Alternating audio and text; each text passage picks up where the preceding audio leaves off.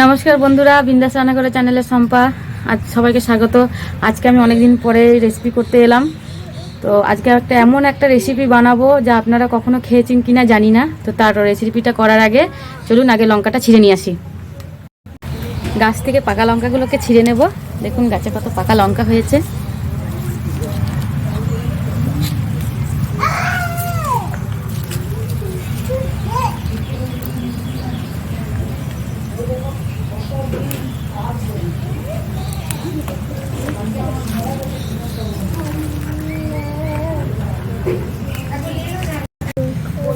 গাছে বেগুন হয়েছে, তো বেগুনও লাগবে, তো গাছ থেকে বেগুনটাকে ছিঁড়ে নিচ্ছি।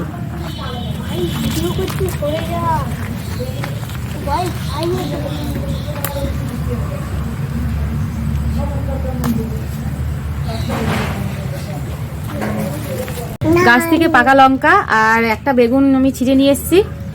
এখানে আমি 3টে বড় সাইজের ভোলা মাছ নিয়েছি, পরিষ্কার করে আমি ধুয়ে নিয়ে এসেছি। এখন আমি নুন হলুদ মাখিয়ে রাখবো।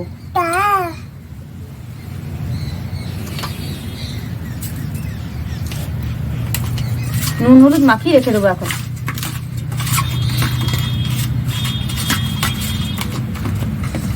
আমি বেগুনটাকে প্রথমে কেটে নিচ্ছি। বেগুনটা আমি এইভাবে লম্বা করে কেটে নেব।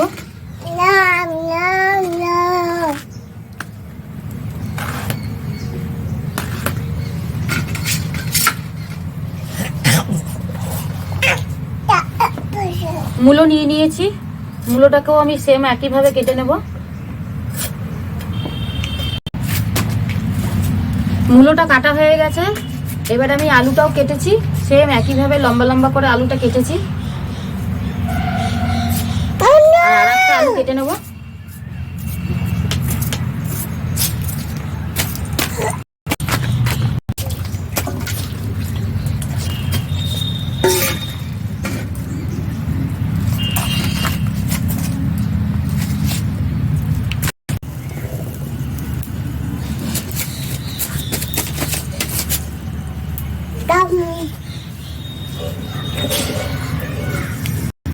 রেসিপিটি করার আগে আমি বলছি, আপনাদেরকে অনুরোধ করছি, যারা সাবস্ক্রাইব করেছেন তাদেরকে অসংখ্য ধন্যবাদ আমার পাশে থাকার জন্য। আর যারা এখনো সাবস্ক্রাইব করেননি তাদেরকে বলছি প্লিজ প্লিজ সাবস্ক্রাইব করে দিতে, আমার পাশে থাকেন, তাহলে খুবই ভালো লাগবে। তো কড়াই বসিয়ে দিয়েছি আমি। এদিকে কড়াইতে আমি তেল দিয়ে দিচ্ছি। কড়াই গরম হয়ে গেছে। আর রেসিপিটি করতে আমি সরষের তেলই ব্যবহার করবো। আমি কোনো কোনটা বলবে না।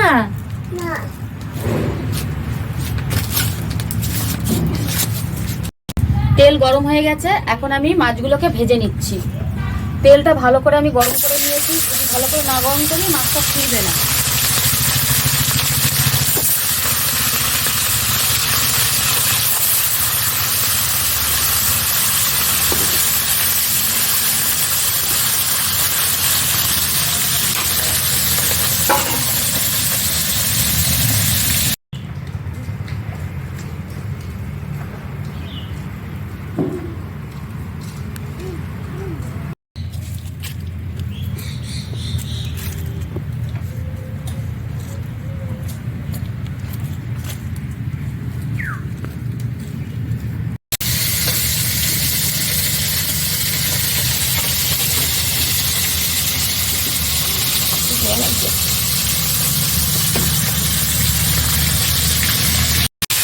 মাছটা একদিকে ভাজা হয়ে গেছে, তো আমি একদিকে ফিরিয়ে দিচ্ছি।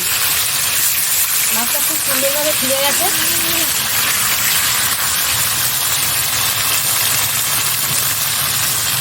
এখন আমি মাছটাকে তুলে নিচ্ছি।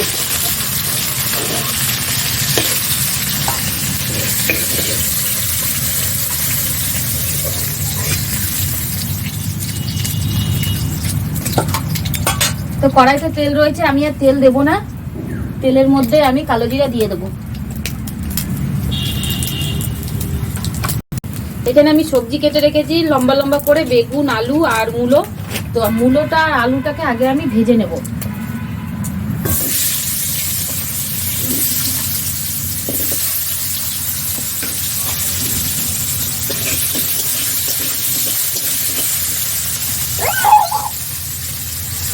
ধোয়া উঠছে, আর দিতে হবে। এখন আমি এর মধ্যে হলুদ দিয়ে দেবো। আলু আর মূলো ভাজার মধ্যে আমি হলুদ দিয়ে দিচ্ছি।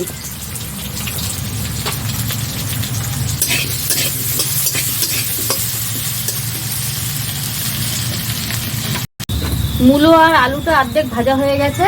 এখন এর মধ্যে আমি বেগুন দিয়ে দিচ্ছি। বেগুনটা দিয়ে আমি আর অল্প কিছুক্ষণ ভেজে নেব।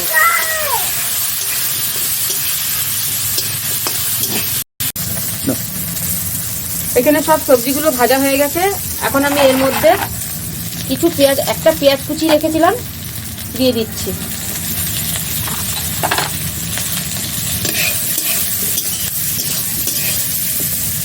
দিয়ে দেবো লম্বা লম্বা করে আমি টমেটো কেটে রেখেছি, দিয়ে দিচ্ছি। আর দিয়ে দিচ্ছি এখানে আমি কাঁচা লঙ্কা চিড়ে রেখেছিলাম।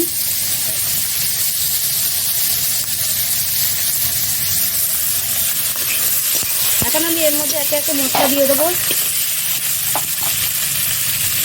কাশ্মীরি লঙ্কার গুঁড়ো, স্বাদ মতো নুন, ভাজার সময় আমি অল্প হলুদ দিয়েছিলাম, আর এখন আমি আর 1 চামচ হলুদ দিয়ে দিচ্ছি। আর দিয়ে দেবো অল্প জল। জল দিয়ে আগে আমি ভালো করে মশলাটাকে কষিয়ে নেবো।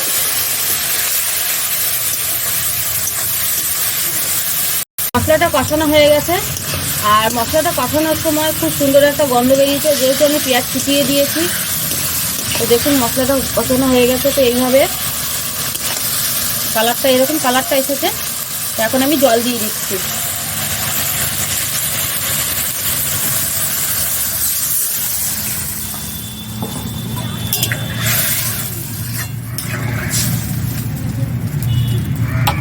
আমি 5 মিনিটের জন্য ফুটতে দেব।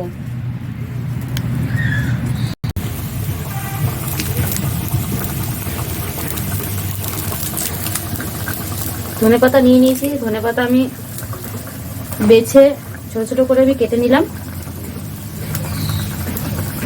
ধুয়ে নিয়ে আসি। এখানে আমি কাঁচা তেঁতুল নিয়ে নিয়েছি। তো কাঁচা তেঁতুলটাকে আমি প্রথমে ছিঁচে নেব।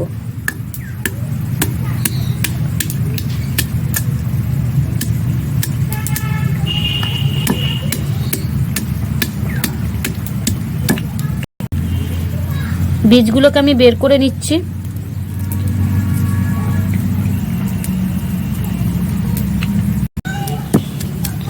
খুব ভালো করে আমি তেঁতুলটাকে ছেঁচে নিলাম। ছেঁচে আমি বীজগুলোকে বের করে নিয়েছি।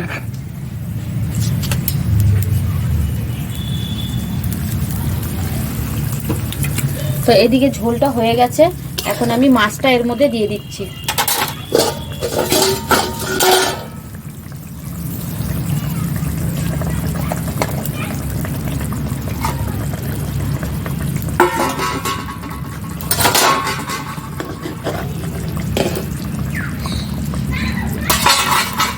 এখানে আমি তেঁতুলটাকে ছিঁচে রেখেছি। তো এখন আমি তেঁতুলটা দিয়ে দেবো।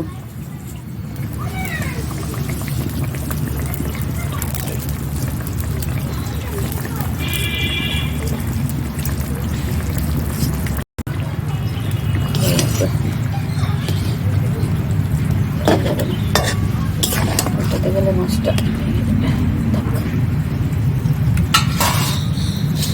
দেওয়ার পরে ঝোলটা ফুটে গেছে, আর তেঁতুলটাও মিশে গেছে, দেখতেই পাচ্ছেন খুব সুন্দরভাবে। তো এইভাবে আপনারা তেঁতুল দিয়ে ভোলা মাছ আর সবজি দিয়ে টক করে খান, খুবই ভালো লাগবে। একবার খেয়েই দেখুন, তারপরে আমাকে কমেন্ট করে জানাবেন কেমন হয়েছে।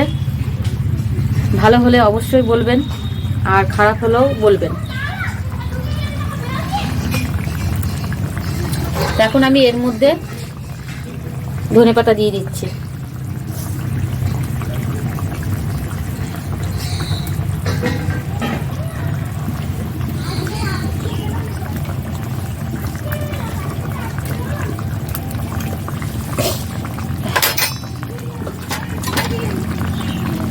ধনেপাতা দিয়ে আমি একটু নাড়িয়ে নেব।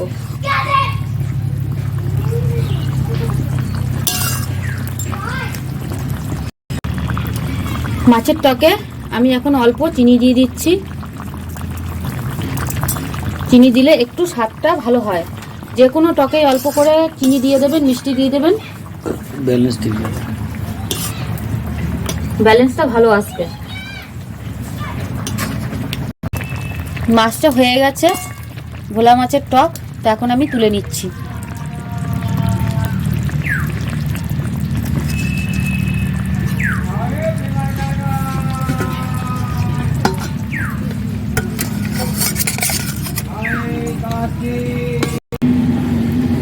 এইভাবে আপনারা ভোলা মাছের তেঁতুল দিয়ে টক করে খান, খুবই ভালো লাগবে।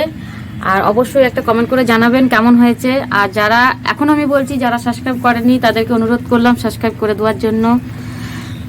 আর কমেন্ট করে জানাবেন যে আমাদের সবজি দিয়ে তেঁতুল দিয়ে ভোলা মাছের টক খারাপ হলে বলবেন, আগেও বলেছি, আর ভালো হলেও বলবেন।